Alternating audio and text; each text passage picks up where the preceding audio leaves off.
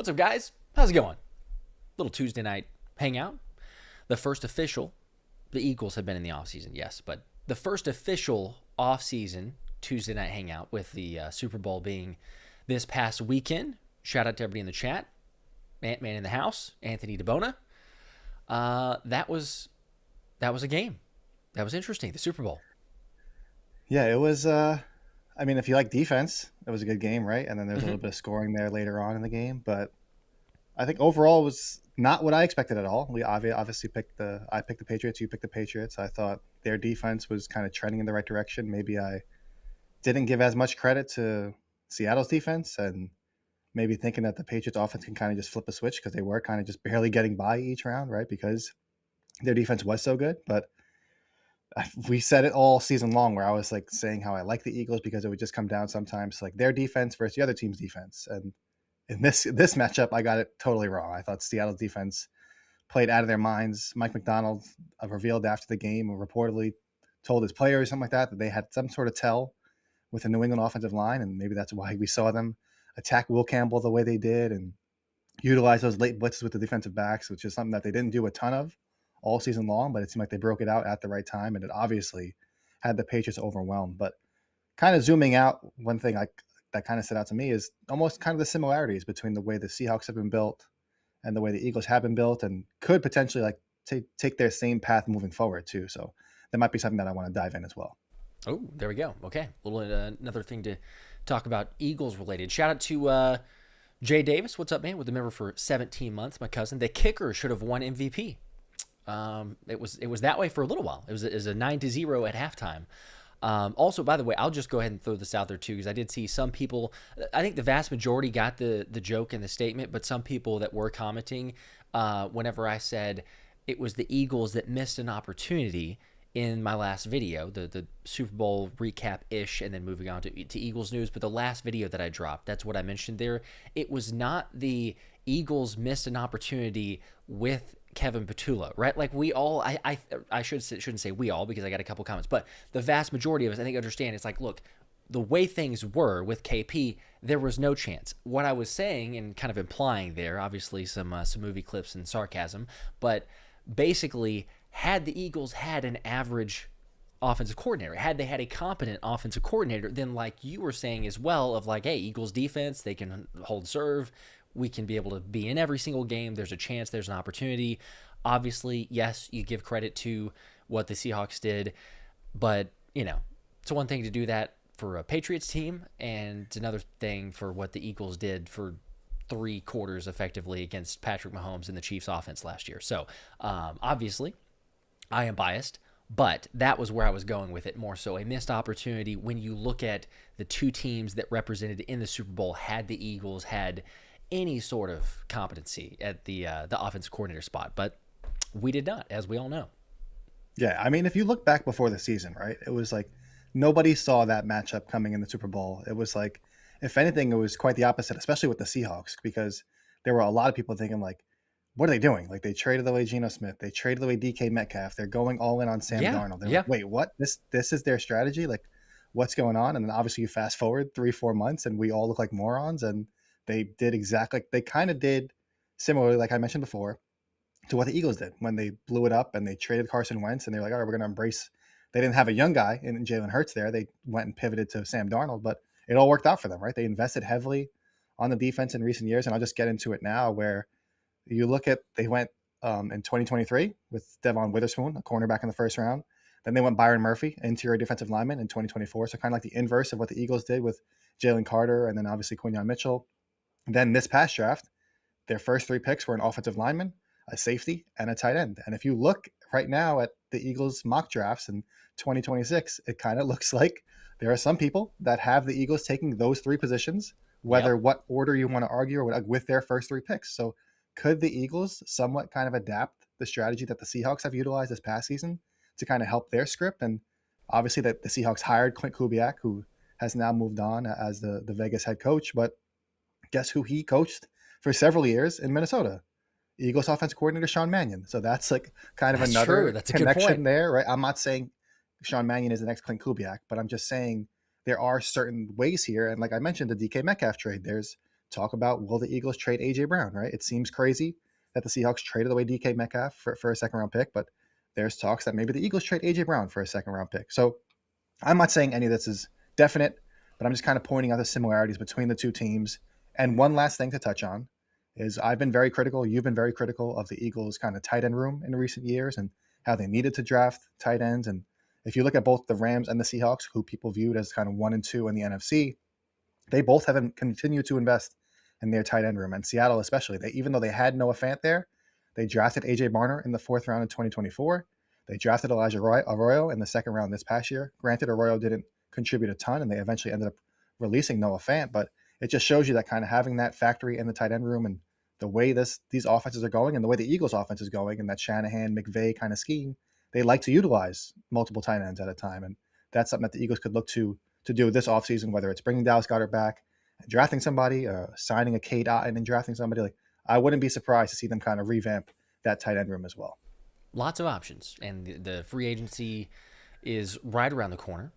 But it'll take place. I shouldn't say this. It will pick up steam earlier than that, right? If we're keeping track of the dates, the NFL Combine is on February 23rd, 24th, something like that. Something Goes like March that, 2nd, so somewhere around that time frame. Goes to like March 2nd, I believe. I was looking that up earlier today, and I can't recall now. It gets confusing though, right? Because like Somewhere those first 3 days or so, it's like weigh-ins and things like stuff Yeah, that's not even it's really like- televised or True. Yeah. it's really But- like 4 or 5 days of like on field, I feel like. So Yes, yeah. But you have the interviews, the meetings with the players, and Yep. the things that don't get reported, but it's happening because it happens after the fact and you learn of it. But it's the GMs and agents having conversations, right? Because and then you move into legal tampering period, which it's so ridiculous. I know we've talked about this, and every single year we bring it up for legal tampering period, free agency talk, all the other. But yes, there's going to be lots of tight end options.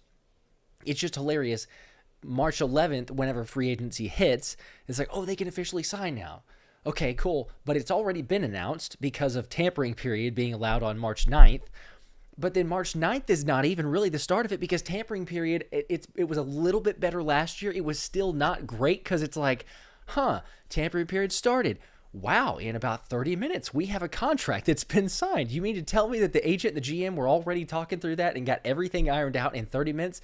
Maybe I'm crazy, but it seems like that's a little bit too quick to get those things done. I remember, though, 2 years ago, if I'm not mistaken, it was the DeAndre Swift move that had taken place, and it was like it was like tampering period starts and boom. Did he just sign in 30 seconds? Like, what are we doing here? There's no delay. Was it the year before that, or maybe 2 years before that? Was the Bears with TJ Edwards was like the first move to come out? It was almost immediately, and people were like, "Who are the Bears going to sign this time around?" That's going to be like right as when the tampering period starts or whatever it is, right? So it's all crazy to me. This stuff, especially the combine, right? And there have been plenty of reporters that said like that's kind of when you look for these trade rumors and stuff like that to start picking up, because all of a sudden it's like, oh, we don't know. They don't usually say the specifics, but it's like, Howie Roseman just so happened to be having dinner at this place, and now the GM of the Bills or whoever else or the Ravens, they just happen to be there, and they're like, oh, now they're talking about AJ Brown or like whatever. Like, there's different ways for these conversations to be had to avoid all these loopholes and things like that. Like, it's happening. The NFL won't admit For it. sure. Like you said, they mask it with this legal tampering period. But the Saquon for me, conversation. Exactly. I mean, come on, like it happened. It got crazy. covered up pretty easily, but whenever it was, what was it? It was right after, right? And then James Franklin was the one who kind of accidentally like sharing the story, and the Saquon was like, well, it wasn't exactly me talking to Howie. It was Howie talking to my agent to me through my agent. Yep, It was like, okay, look, we understand what took place, but it wasn't to the extent of what happened to Atlanta with Kirk Cousins and the player just blurting it out. But yeah, it's always it's always comical, and I kind of enjoy that. But Casey, by the way, member for 13 months, 2024 Eagles would have whooped them both. I believe that. Again, I mean, it's not hard to tell who I would pick, but still, like, one was facing the Patriots and the other one was playing the Kansas City Chiefs, Patrick Mahomes and that offense there. It's a little bit different. We'll move on here. Just last thing from the Super Bowl, though, like Will Campbell, I mean, bless his heart. He was, when he got drafted, the short arms, right? The memes that came out there, and then he's like, "Oh, I'm gonna fight and die to protect Drake May," and then all the memes that came from the Super Bowl are like, "Oh, he died!" Like, and people posting like just ridiculous things. Now he apparently had some sort of torn ligament or something in his knee that came out.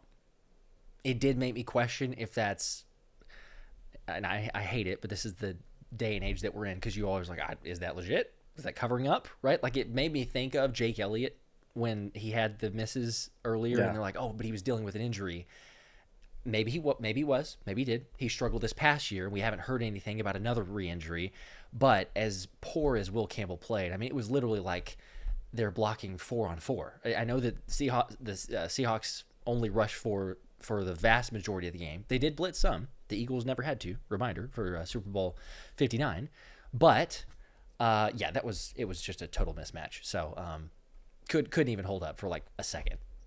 Yeah, it was rough to watch him, and you could almost tell from the jump, right? It was just like there were a couple times Drake May was able to get rid of the ball, but Will Campbell was just constantly getting pushed back into Drake May, or just down, like outright getting beat, and that led to sacks. I think it was like 14 pressures, which was the most that any player allowed in any game this entire season, I believe. So a lot of crazy takes now coming out saying that like they have to move him inside to guard, like there's no way he could play tackle.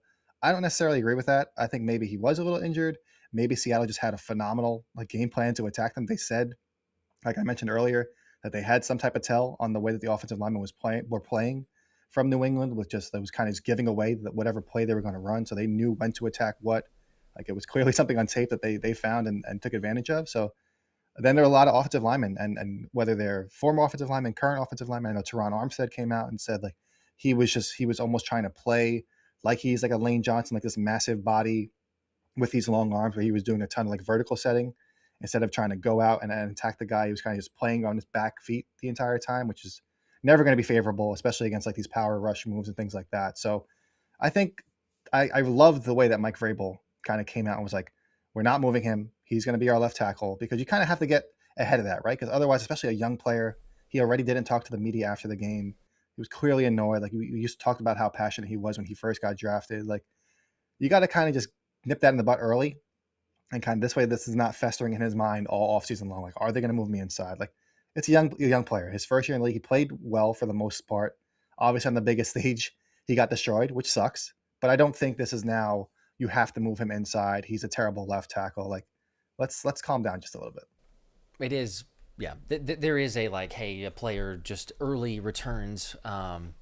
It's fascinating because we do it too, right? Like just in terms of Eagles fans, Eagles players, it happens all across the league. But small sample size, and then someone goes out there and plays well, and they're like, oh, hang on, was there something there? I mean, heck, Josh Jobe played pretty good, played pretty well in the Super Bowl, got himself a ring, obviously being previously with the Eagles, and I think he was like only allowed like 2 catches, something like that. He had a really, really good grading and great in terms of that performance.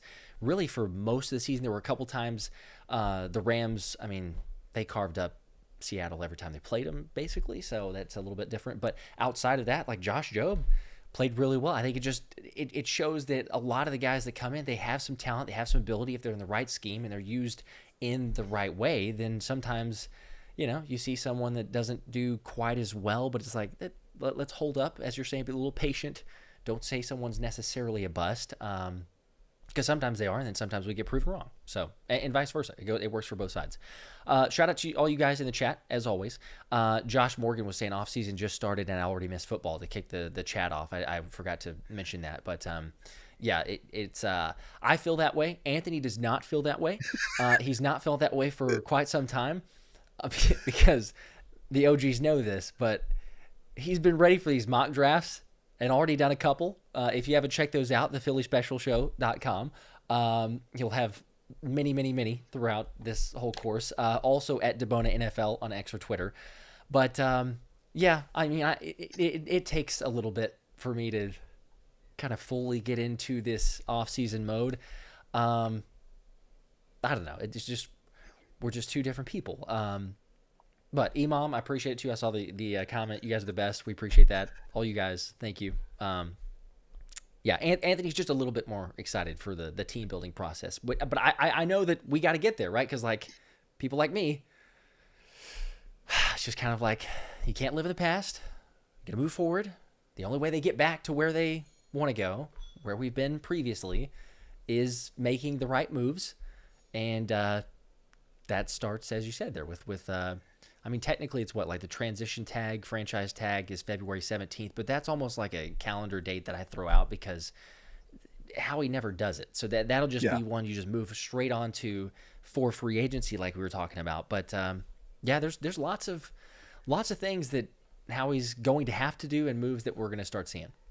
Yeah, it's going to be fun to kind of monitor everything. I know we both tried to remain positive during the regular season, but you could almost kind of see like the writing on the wall. We were hoping for that. We were keeping that little glimmer of hope alive, thinking that the offense was just going to flip a switch. But we did know that if they did lose in the first round, that there were going to be a ton of like changes to the coaching staff.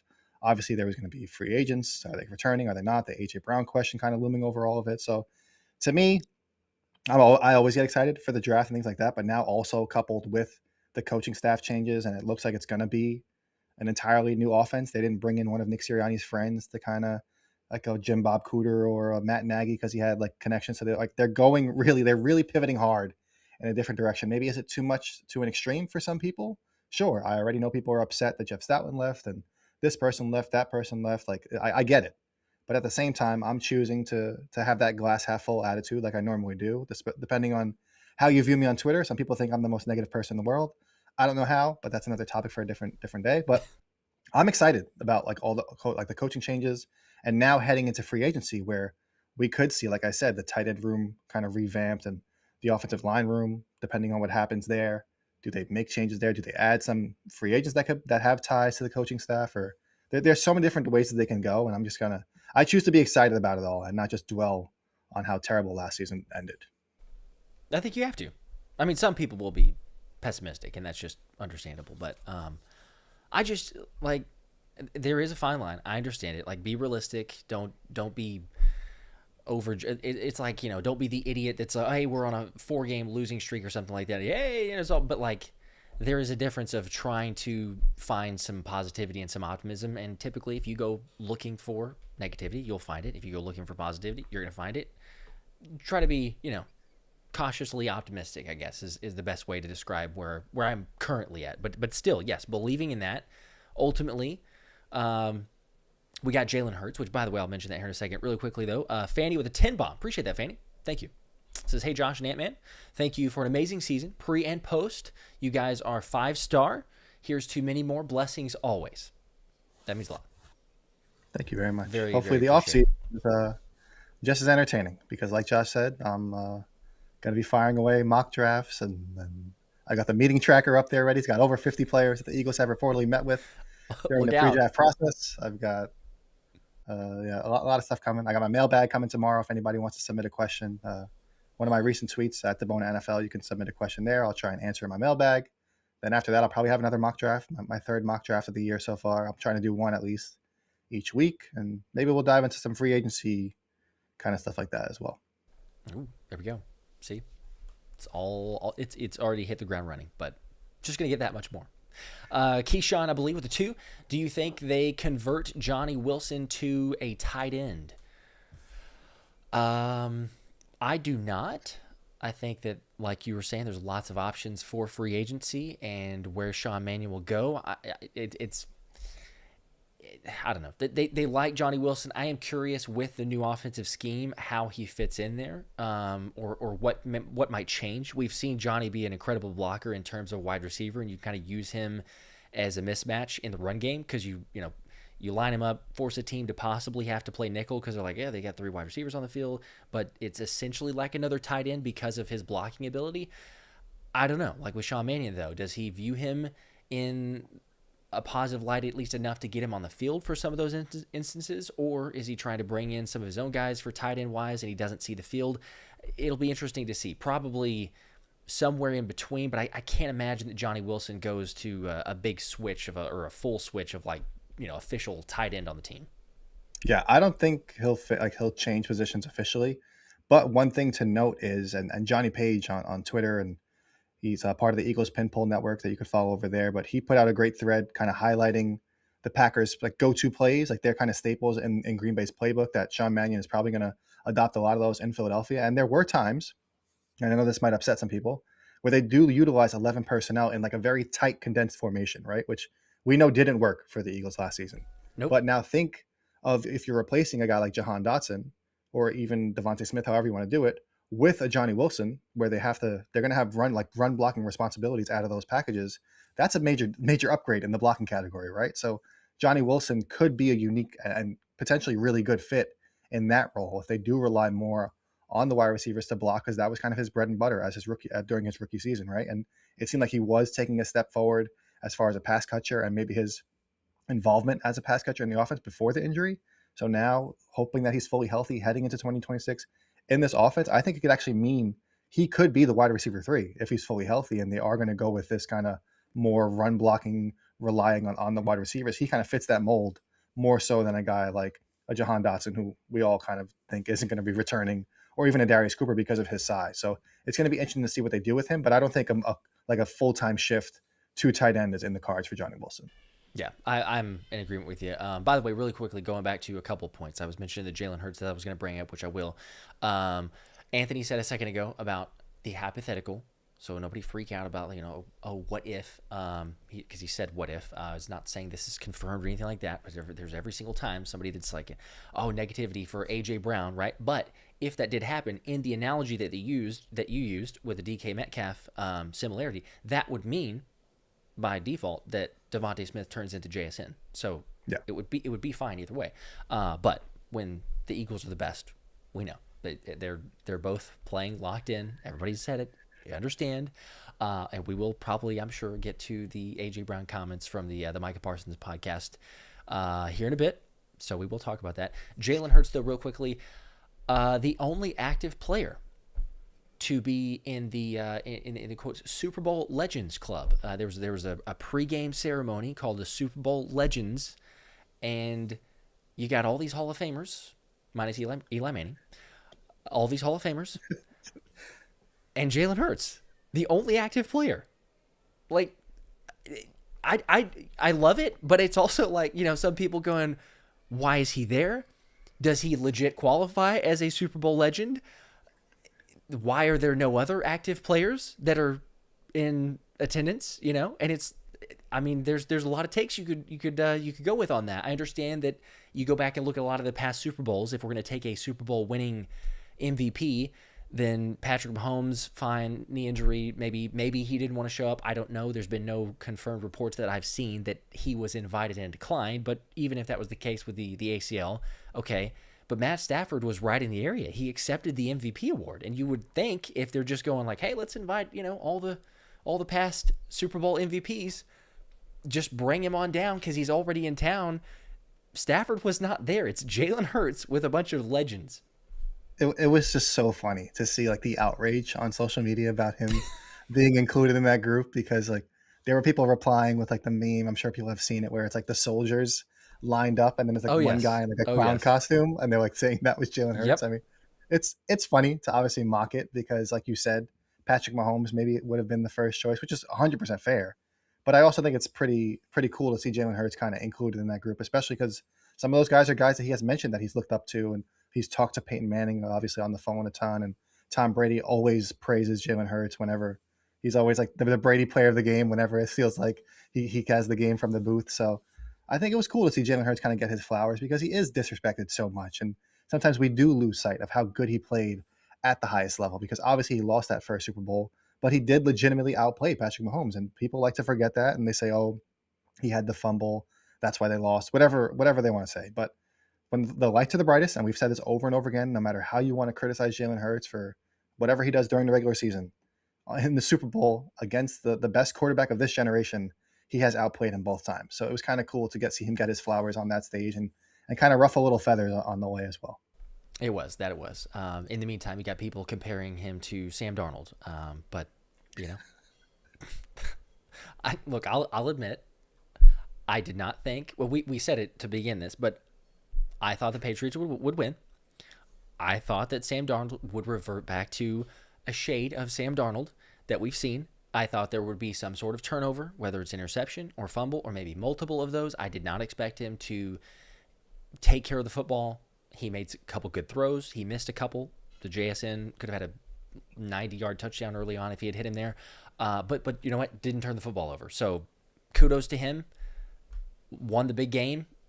Had a lot of help from defense and everything else. But just grading wise, for the people that are like trying to compare those two, yes, like 2 of the top 8 performances in Super Bowl history, highest graded performances, are Jalen Hurts.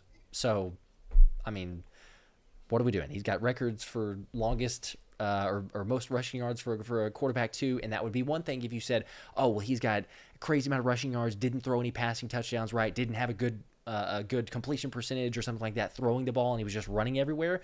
You go, oh, you see, he couldn't get it done. But everyone who knows anything and watched the games understands how locked in Jalen was for both of those, throwing the football and running. But it's funny, you always get the takes, especially after the Super Bowl, which go figure. Brandon with a 50 bomb, bro. Dude, appreciate that. You're the best. I'm just going to be standing in my house like the El Chapo meme until next season starts. Thank you guys for all you do. You keep us posted and entertained. Go Birds. Hopefully not just sitting there like alone and in depression mode and everything else until the Eagles are back in action. It's like, what is that? We're talking about 6. Well, I mean, like I guess pre-training camp. It depends on whenever you're saying the season starts. If you're saying like legit season starts, then I mean, you got like 6 or 7 months to go. Hopefully not. There's more reasons to be hopeful and get excited and a little bit more. But we do appreciate it. Thank you, Brandon. And I mean, the NFL is kind of like, I know the season literally just ended, but like it is a truly year-round product, right? Where we're going to be going into the combine in like 2 weeks. Then a week or two after that, well, you're going to hear, like you mentioned earlier, a ton of trade rumors and stuff like that during the combine, right after the combine. Then we're going to go right into free agency. Then 3-4 weeks after that, you're probably going to have like talks about the draft, trades in the draft, and then the draft itself. Coming out of the draft, you're going to have rookie camp, then you have OT. Like, there's not really much of a lull like in the NFL offseason, maybe until like June, July, like that little between OTAs and like training camp, like that little bit of time. But you usually don't hear. Even then, you could have like those post June 1st signings where they don't count towards the compensatory pick formula and stuff like that, right? So there's like Roger Goodell, no matter how you like, whatever you think about him, he's really done a good job of kind of spreading everything out and making it kind of a year-round like thing to talk about the NFL. So, and we're always going to do our best, obviously, to kind of cover every aspect of it as well. So hopefully we can continue to keep everybody entertained, and both with the videos, with the writing, with the tweets, with everything. So it's going to be exciting, even though I know you might be standing around like El Chapo, like you mentioned, and when he's standing by the pool with his head down and standing over here with his head down. I get it. Trust me. I'm the same way, but I'm usually have my phone in my hand tweeting about some obscure thing about the Eagles, trying to keep everybody in the loop. Yes. Yep. Try to get all the news and information and everything else, which is why you should be following if you aren't already. I will say too, yes, I agree with you regardless of what you think about Roger Goodell. Somebody was sharing the past season's revenue for the NFL. I don't know if you saw that graphic going around on social media. I didn't save it to put it up here, but it essentially took the NFL revenue, and then you look at NBA, MLB, and NHL, and the NFL would be like still significantly ahead from all 3 of those combined. Like, that doesn't surprise me insane. It's not. It's not surprising, but it's also just one of those to again put into perspective, because I think sometimes people are like, are they actually getting like, so much more? Have they declined or anything like that? Like, no, there's a reason that the salary cap has shot up again. Yeah, 300 million plus. Pretty much reign like 20 million plus increase every. Like, the only time it didn't happen was with COVID, right? Yeah, it seems like besides that, it's like $20 million or more. The salary cap is jumping every offseason, and in a few years they're going to be negotiating a new like media deal, right? That's only going to make it even crazier. So that doesn't surprise me at all. 2029 is going to be nuts, and I think that's why Howie's negotiating the way that he is. He goes in and does contracts. It's the whole reason the dead money, you push it later, because they understand and know the like 95% of the time every season it's hey, here's another 10% increase. Okay, cool, go ahead and use that. Doesn't really matter. Some teams don't utilize it, but Howie certainly does. Jamarcus with a 5. Appreciate that. It's a question for Anthony. What's the difference between a little draft question here? Anaya Smith and Casey Concepcion. Take a little Texas A&M questions, but the difference between the former Eagles legend Anaya Smith and Casey Concepcion. Yeah, so I get it. Like the same school, kind of like a gadgety kind of player. I think Anaya Smith was a little bit more of a gadget player. He didn't have like the receiving chops that Casey Concepcion does, but I think downfield, especially like for his size, I think he's a little bit better contested catch areas, which we saw Anaya Smith, like whether it was the injury or not, like couldn't really separate. And then whenever he was targeted, whether it was like preseason or like he didn't look great, right? He never really looked comfortable at receiver. It was like they just used him in those weird like motions, never really targeted Kind of him. that little jet sweep. Maybe they're going to hand it to him, but not really. Even the Eagles feel like it seemed like the Eagles didn't even want to get him involved. Where Casey Concepcion, he's worked with like a pretty heavy workload. Whether it was handing him the ball, whether it was throwing the ball, like I know he's utilized on a lot of screens, which is where the comparison kind of come into play, where he's a lot of after the catch stuff. But I think he's a lot better vertically, even on like with contact, despite his size. I know he's a little bit on the smaller end, especially compared to some of the other receivers in this draft. But I think overall, especially if you look at this scheme that they're probably going to try to implement, where it's a lot of getting guys in space across the middle of the field or utilizing them in screens and asking them to make plays after the catch. That's why I think he would be such a good fit. Where I'm not saying that A.J. Brown, Devontae Smith can't do it, but we know Casey Concepcion can definitely do it. And it would like those skills would immediately translate in this offense, especially. And that's why one of the reasons why on one of the mock drafts, because again, you've done multiple, but Casey was projected to go to the Eagles. So, you never know. Depends on, again, what happens for some other wide receiver questions and decision-making there, which moves into the other super chat here. Casey with a 5, appreciate that, says, I don't want them to trade AJ, but if they do, would trading him for Tucker Kraft be an option if we don't extend Dallas Goedert? I mean, Tucker's injured, so that's, I think, like timing-wise, I don't think that he's going to be right anywhere close to, unless you waited, I don't even know what his legit, hey, he'll be back by X date, but I'm assuming he's trying to be back at the start of the season. But you'd be well beyond if it's a pre June 1st, right? So I don't think that's your.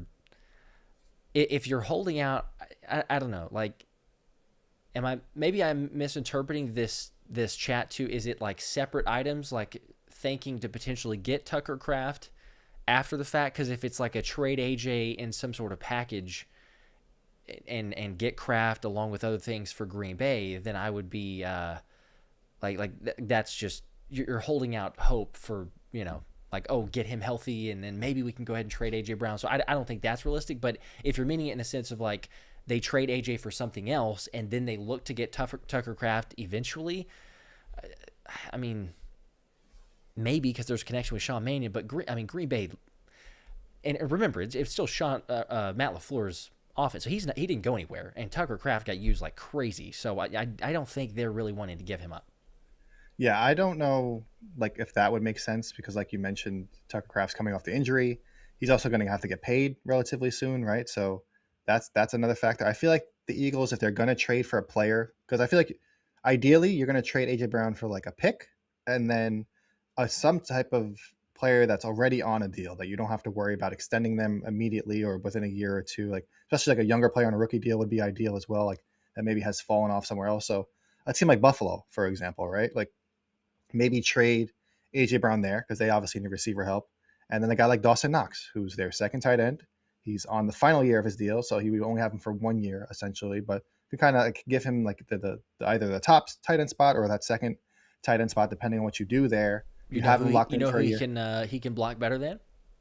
Yeah, everybody that was on the Eagles last year, especially my boy Grant Calcaterra. They're tight end too. He can block better than him. I can guarantee it. Yeah, or even like I know people won't like this, but a Keon Coleman. You could like say, oh, you're going to give you their first round pick and Keon Coleman, or their second round pick and fourth round pick and Keon Coleman. Like, ideally, we don't want to talk about AJ, like trading AJ Brown, right? We've said it both a million times.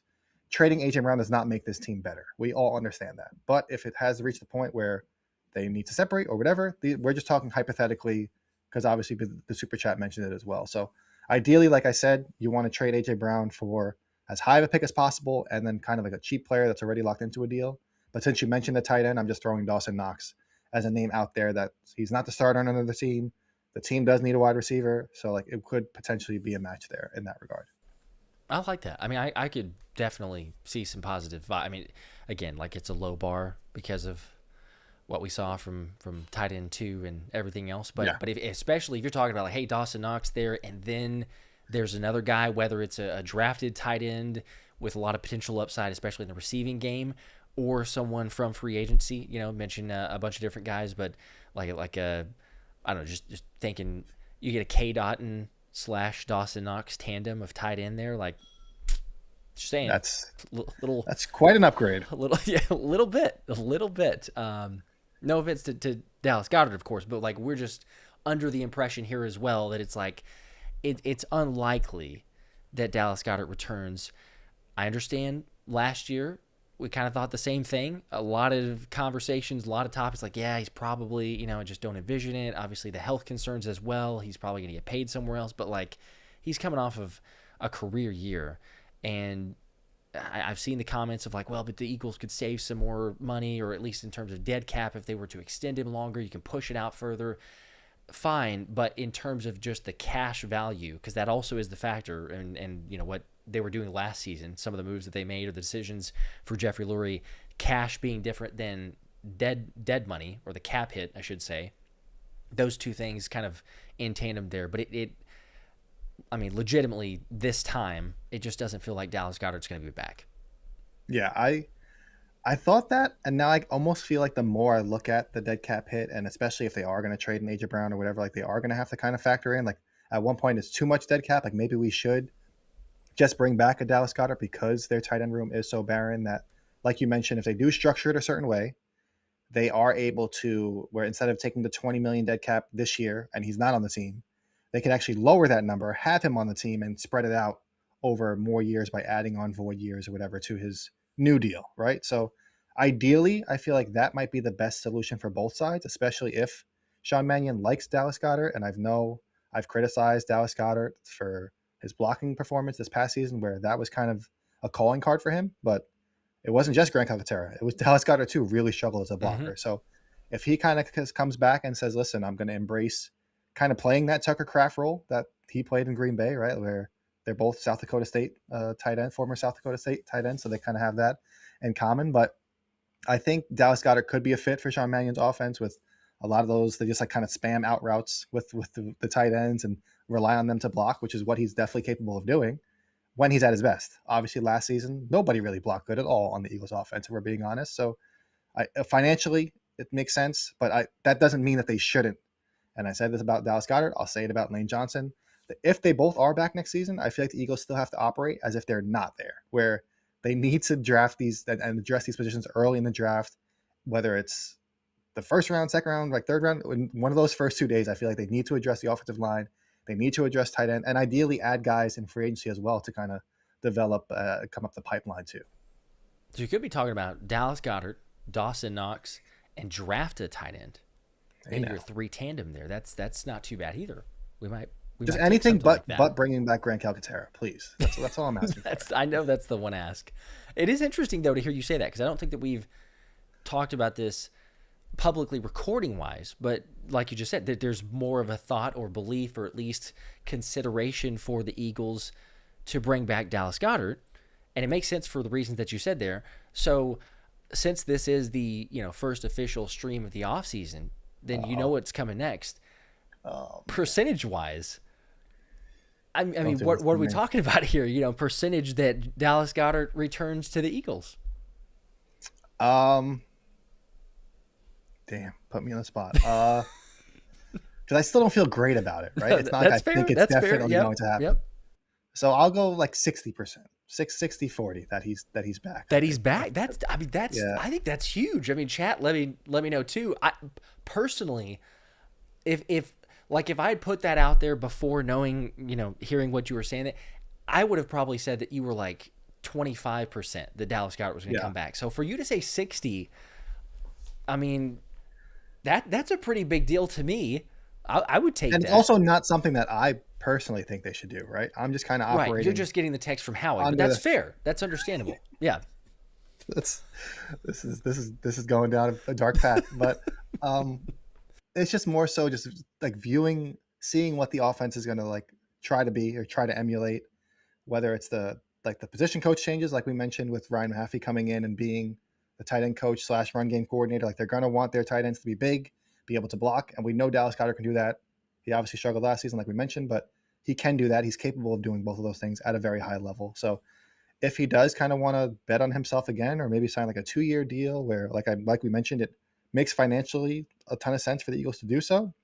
It's just a matter of how they feel about it, how Sean Mannion feels about him as a player, obviously. So, and then the AJ Brown factor of it all, right? Like if you're getting rid of AJ Brown, you're going to want to keep like your tight end that can get you 60 plus catches in a season and just had a career high in passing touchdowns. Like losing both Goedert and AJ Brown in the same off, like that would be kind of a tough sell to probably the Eagles themselves and obviously the fan base, right? So if you're bringing back Dallas Goedert, maybe you feel just a little bit better, still not great, but a little bit better about moving on from a guy like AJ Brown.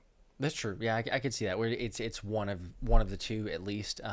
Because yeah, like you're saying, losing both is pretty crazy. Okay, so I got a couple people here. 65% from Luffy there. The Christopher Michael with a 30-70. So I believe that's 30% in like the return side. They didn't distinguish, but I think 30%. So both sides of the coin there. Kramer wants to know who's going to be 0.0% so that we can get those out of the way. Not coming back? Do you have any 0.0% predictions? Since Jeff Stoutland is no longer here, I'm going to say Brett Toth is a 0.0% chance of Brett Toth coming back. Shout out Brett Toth, man. He had a much better season this past year. We'll give him He that. did. But I know Stoutland was his guy. Yeah. Okay. So by default, Brett Toth will probably be back. But Kramer, that may not have been the player that you were hoping for him to say. He actually just signed a 5-year extension with the Eagles. I'm kidding. That would be so my glorious. luck. The moment that you say that. Speaking of the offensive line, Deontay Hayward, the 2, offensive line or edge in the first round for this draft or other. What do you think? Offensive line, and then offensive line. Yeah. I said last year that's what I wanted them to draft in the first round.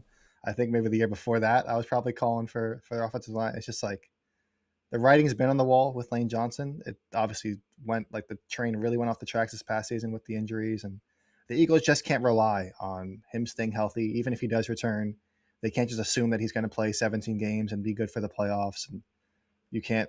Well, Fred Johnson's going to be a free agent, so whoever your swing tackle is, like you can't feel 100% confident about whoever that is. Like you have to get somebody in this building, especially in the first year of this offense, to kind of get them implemented. Even if they're not playing right away, they can get up to speed and learn the scheme and take those reps in practice to eventually be able to replace Lane Johnson whenever he does get hurt or chooses to retire. So, and then you have the whole Landon Dickerson equation. Like that's situation 2 of like if you draft an offensive tackle and they can't play the first year because Lane Johnson is playing really well and he's healthy, then you can put him at left guard in Landon Dickerson's place or whatever, right? Like we've seen them do that before. So I think offensive line is where I go in the first round. Maybe a Max Ihanichor. I've been practicing that name because you sent it over there. But Arizona State?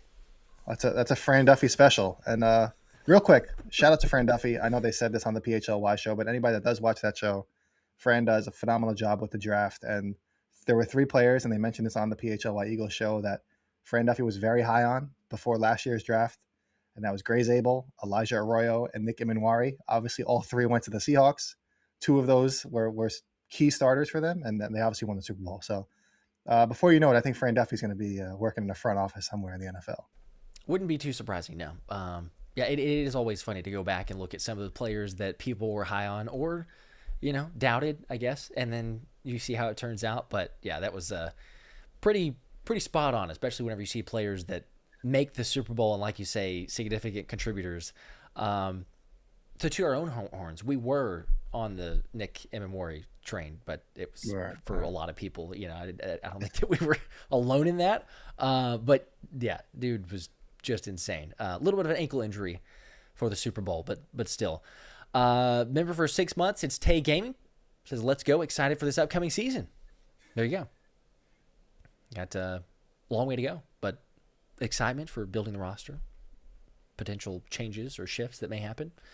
I did not expect for the Dallas Goedert percentage that Anthony shared a second ago, but I'm here for it. I'm definitely here for it. Okay, so let me just share this too, because people also may not have seen this, may have missed it. There's a couple of different changes and everything else here. Anthony texted me, which made it a lot easier to kind of synthesize this tweet. I think I tweeted. Okay, tweeted But that I as will. well. Well, yeah, I'll put it up on the screen. Actually, do you have the picture of that on your tweet too? Because I'm putting Jeff McClain's up. Obviously, he was the first to report, but it might be easier for people on the stream to see. I'll go to your page, I think, and then I'll put that up for the coaching, because there's a lot of coaching decision and changes. Yes, it's not a. You need me to screenshot it and send it to you? You're saying? No, I'll find it. I was just going to. Okay. Yeah. Okay. Here we go. I was gonna say I could have read it off, but for people to see it might help. I think there's a lot of visual learners, visual people out there. We are in a visual medium right here for a live stream, so it only makes sense. Here we go. Again, why you should be following Anthony, because you probably already saw this if you're following Anthony. If you haven't, then we'll go over this. But lots of changes and potential changes. But shout out Jeff McClain, as I said, first report. New additions, as we know: Sean Mannion, offensive coordinator; Josh Grizzard, pass game coordinator; Ryan Mahaffey, run game coordinator, tight ends coach; Chris Kuper, offensive line coach. Those should not be surprises. It's been a day or two for even Cooper as the latest, but those should not be too much surprises. The news that happened today was returning in the same role. So you have Jamal Singleton is back as the running backs coach / assistant head coach, and Aaron Moorhead will be the wide receivers coach, which was a little bit of a surprise. Yeah, so Jamal Singleton was not much of a surprise because he worked under Zach Taylor in Cincinnati, and that's kind of the similar offensive scheme that whole McVay-Shanahan tree kind of comes and falls from under that tree. So no surprise there, but I thought it was a perfect time to kind of move on from Aaron Moorhead. I said countless times, some people thought I only just started making this criticism, but I've said for a few years in a row now that it feels like outside of A.J. Brown and Devontae Smith, who I feel like me and you could coach to 1,000 yards every season. Like, that's not doing much in my opinion, but it just felt like the other guys, whether it's like a Jahan Dotson, when other guys were out, he didn't seem like he put up a ton of stats outside of like a week 18 game. He really didn't do much when they needed him to step up. And then obviously there's Quez Watkins, whatever else. Like, Quez Watkins was pretty good. He went anywhere else, he was no good. So I get people using that as a defense for Aaron Moorhead, but it just felt like he never really maximized anybody. But is that more the offense, which is what it could be, where the wide receiver 3 just never really involved? But to me, it also came down to this past season, especially. You saw a couple more drops than usual from obviously an A.J. Brown. The blocking effort was terrible from the receivers at times. All 3 receivers on the field, like, there were mistakes, whether it was like they were running into the same area or just running, like, it seemed like the wrong route. They just weren't on the right page at all, or I remember the quote from KP on one of the press conferences. It was after the first time that we had Smitty and AJ run to the same place, and he's like, that happens once out of a 1,000 times on routes. And then it was like the very next game, it's like, oh, there it is again. Why are AJ and Smitty in the exact same place?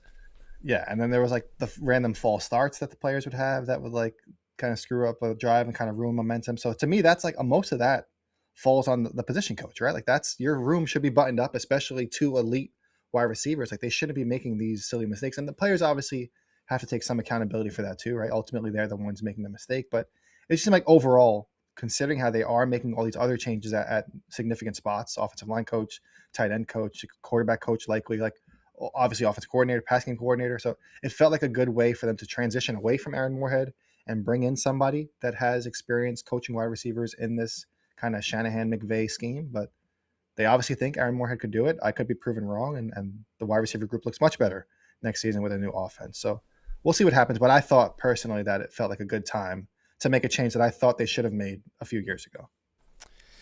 It is surprising. Yep. I mentioned it as well. The same thing on a couple videos that, just waiting to see some of the other potential changes, or if they move on from it, like you say, to go with someone just to Yeah, like if there was a big enough resume or track record, and I see from Christopher Michael and others that are saying like, yeah, like who has he developed, who's actually gone on to do anything in terms of, kind of the lesser talent, so to speak, then okay, fine. Like maybe there's a case to be made. But if it's just been like average, even average, but you could argue it's below that, and you have a new regime coming in, it felt like or seems like the perfect opportunity to, yeah, just go ahead and make that change. They're not going to, obviously.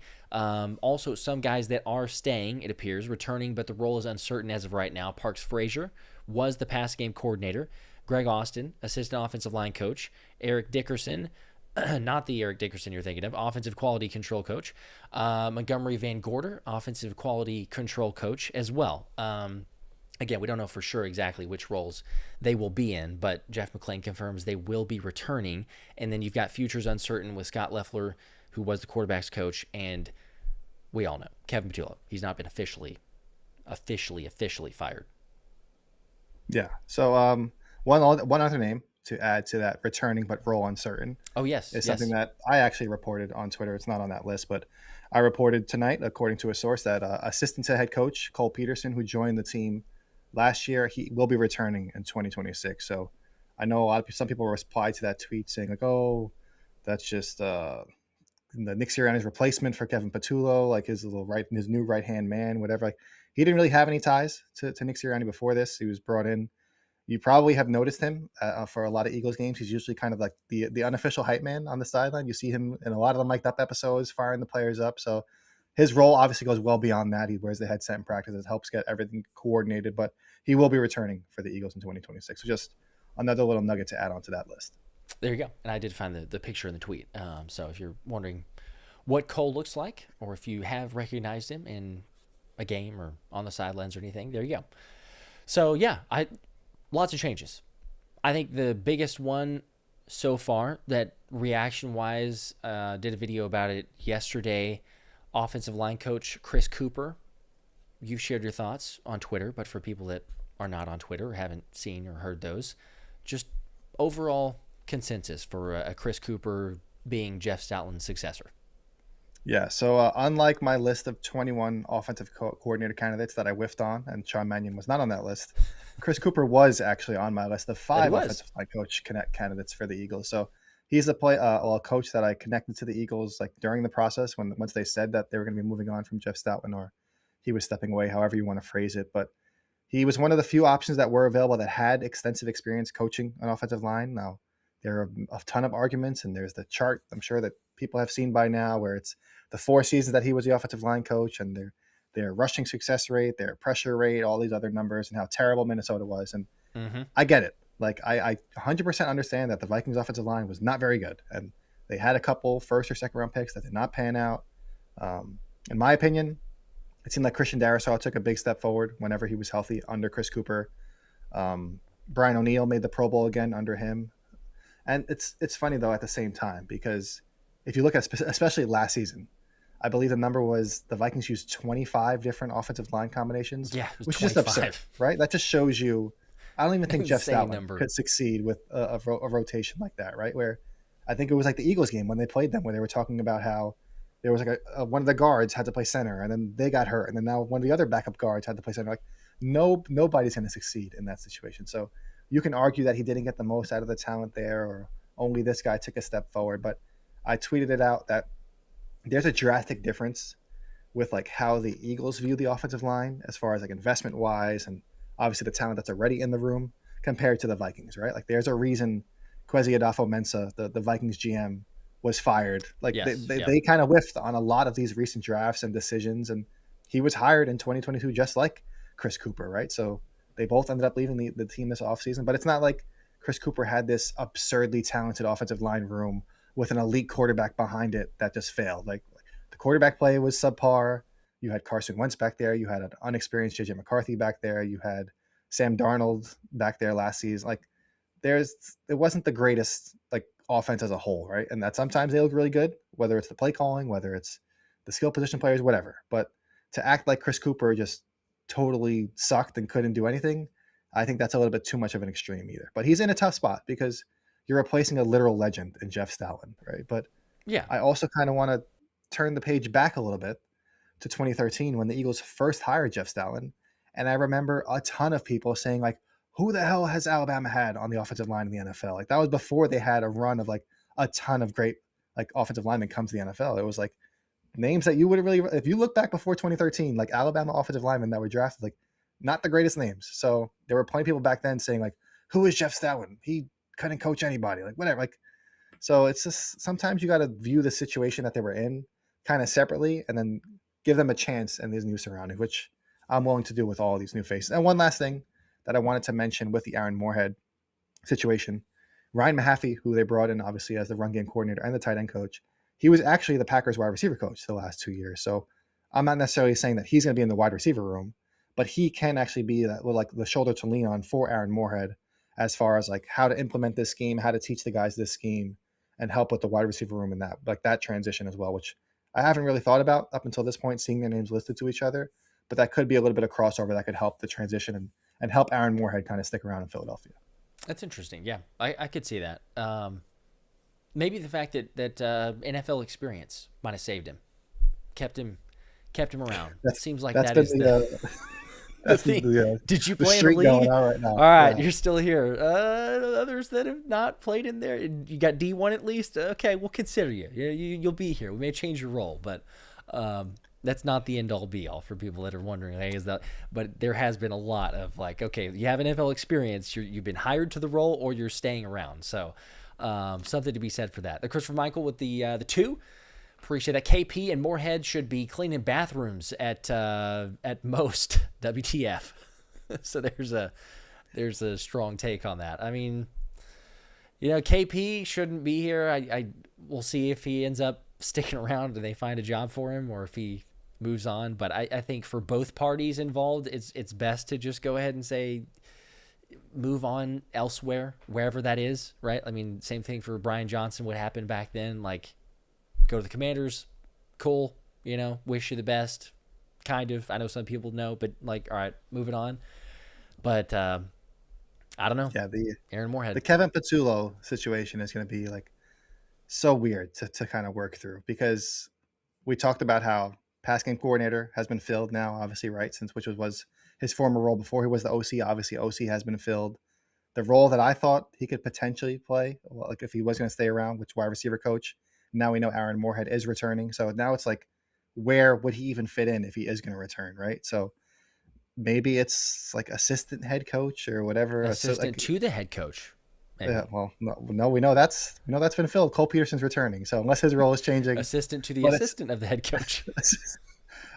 I think it would just be a terrible look especially after losing Jeff Stoutland, especially, who you can kind of almost blame indirectly Kevin Patullo for, given the fact that like they had to meddle with the run game because of how much of a failure the offensive was, which essentially pissed off Jeff Stoutland to the point that he didn't want to return, right? If you want to kind of put it all together. So I don't think there's any way that they keep Kevin Patullo around. I know things are still kind of undecided, it seems like, and even Jeff McClain said his future is uncertain, whereas with Jason Michael, he just said he's no longer with the team. So it would be a tough sell to keep him around. But it'll be interesting to see if Sirianni can somehow, when they officially announce all of these additions and changes in May, like it's usually around when we finally see it all officially announced, we kind of might have to scroll all the way down on the Eagles page to see Kevin Patullo and like a senior offensive analyst or something like that. Even then, people are going to lose their minds.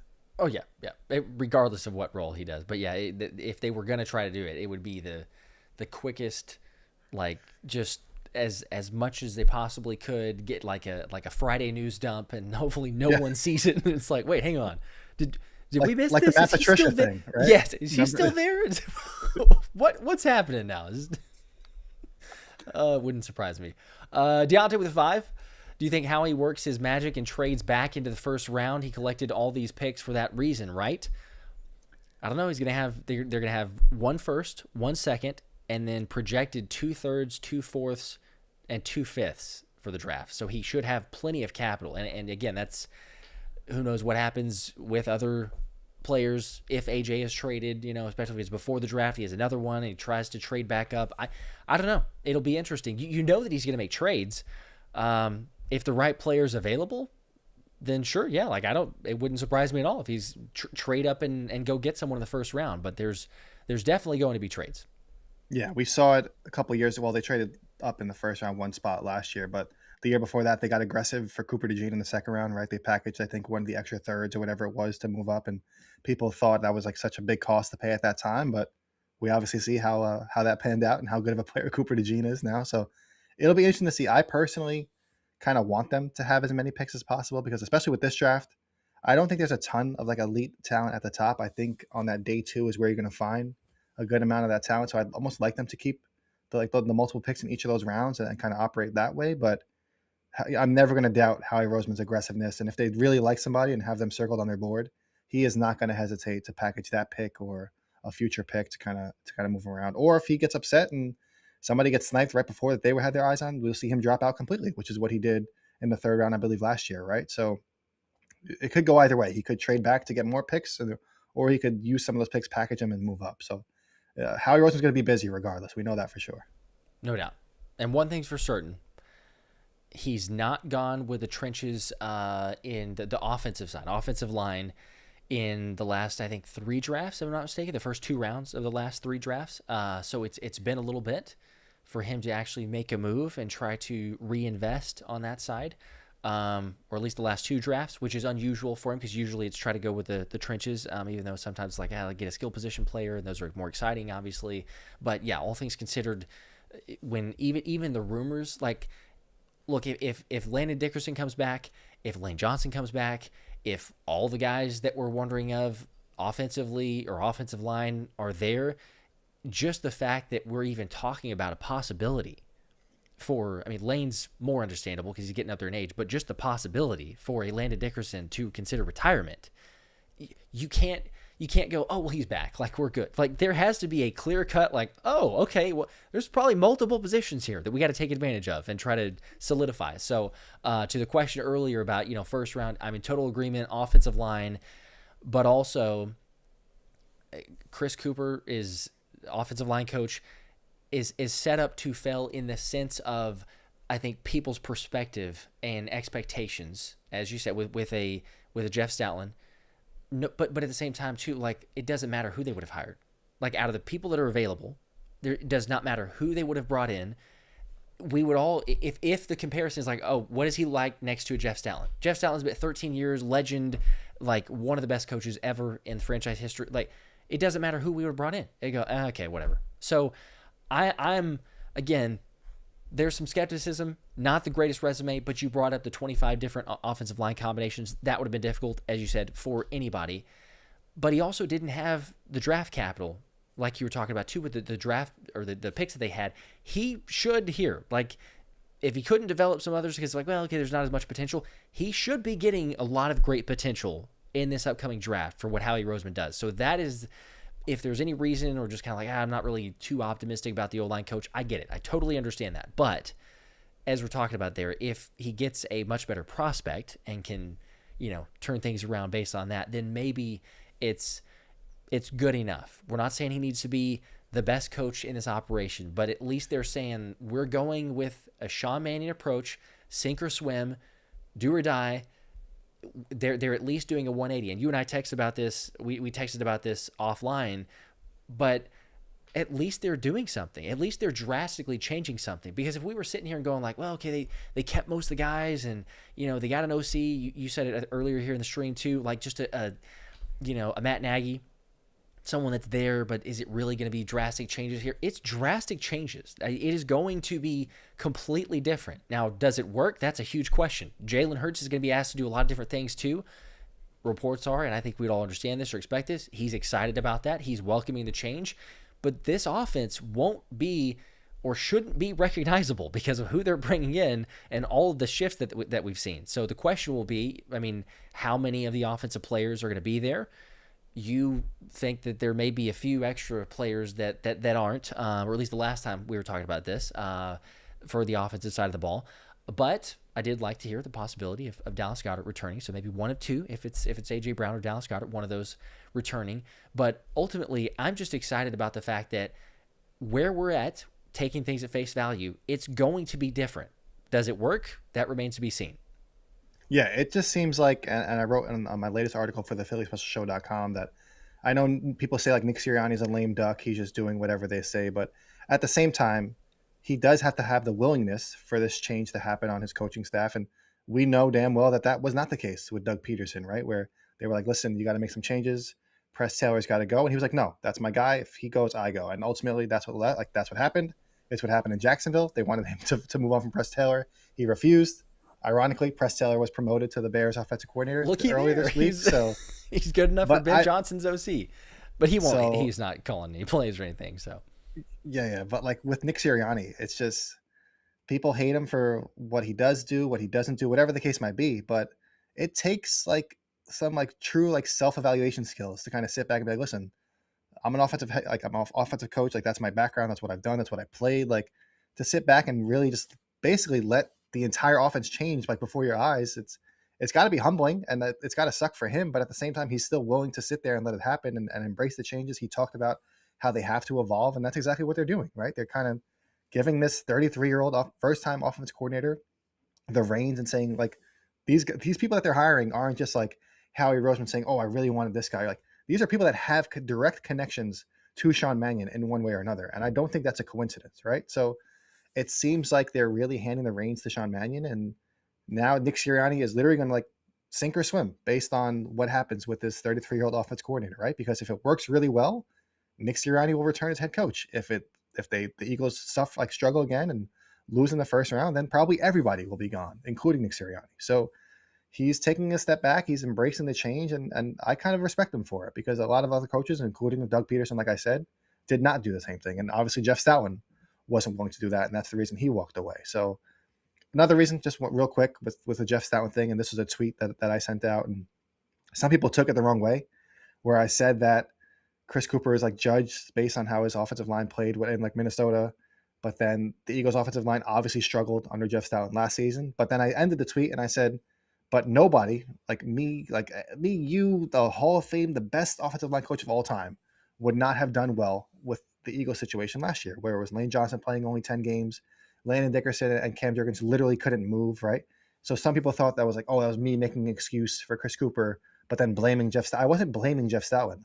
I'm saying that the Eagles offensive line room, if it's in the same state that it was last year with the injuries and players not being able to play, or when they are playing, they can't play to their full capability, like nobody's going to look good, even if Jeff Stoutland returned. So that's why we talk about how much they have to invest in the offensive line, hope these guys get better, and then continue to invest in the offensive line, even if these guys do return. So it's going to be interesting to see how it all unfolds. But I think that's why I said we need to give Chris Kuper and all these new coaches a chance in 2026. 100%. And you know, you look back to at Howie, the optimism there is we know that he course corrects very well. He will make mistakes. We've seen it. But when he makes those mistakes, he typically is very quick to go, all right, we're going to fix this thing. And if nothing else, like the one thing that we know about the Philadelphia Eagles is they are going to dominate on the offensive line. It's not going to be very many seasons where it's like, oh man, they're really struggling. Like they're not going to be the equivalent of some of these other teams that they can't block to save their life. So to see what they did this last year, you can guarantee yourself that there's going to be investment made in the offensive line. And whether that's just a little bit of depth that they get from free agency, absolutely doing it in the draft. Questions, I mean, we'll see who does end up coming back if there are any retirements. But overall, I'm believing in Howie, obviously, because he's shown and proven it many, many times, especially for the offensive line, that he's going to get it figured out. Eric with a 2. As we're getting close to wrapping up here, appreciate you guys. What does the team want to do at tight end? Another tight end question. Draft or trade? May not have heard the previous comment as far as the take on Dallas Goedert, but just briefly, the synopsis there. Yeah, so I think there is a chance that Dallas Goedert could return because financially it makes a little bit more sense for the Eagles as far as like bringing his dead cap hit down this season while being able to spread it out. So a return would make sense for him. But even if he does return, it feels like the draft, free agency, trade, like all of that should be on the table because the Eagles just need depth and more talent in the tight end room beyond Dallas Goedert, with or without him. If he is there, if he's not there, they need to invest significantly in all facets in the tight end room this offseason. There you go. Going to see lots of moves. Again, more videos to come, recaps, everything else as the Eagles continue to start building this roster, kind of the retooling. I wouldn't say the rebuild. I've seen some people like, the rebuild, I guess in a way you could phrase it that, but it feels like just like a retool. It's not a complete rebuild of sorts or anything like that. See how this year plays out, but I think they're still got a chance. Keep you guys posted as far as that goes. By the way, also, there is the Lane Johnson signed mini helmet that I'll be giving away on the next video. So just in terms of people wondering or questions on that, comment on the previous one, get entered for that. I'll be announcing it, though, on the future video, so stay tuned.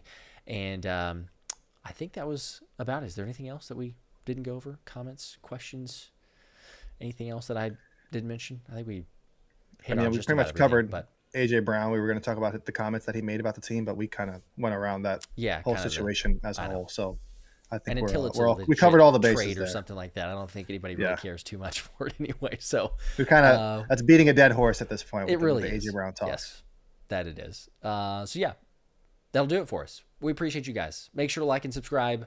Almost 154,000 subscribers. Say it every single time, but with the season officially coming to an end, it is like 2 days, I think, 2 or 3 days away from the 3-year anniversary of this channel. So it's like just insane to be 3 years, 154,000 almost subscribers. Y'all make it possible. You are the MVP. This community is the best Eagles community on YouTube because of you guys. So thank you. Cannot thank you enough. And we'll see you as always. Go Birds. Go Birds.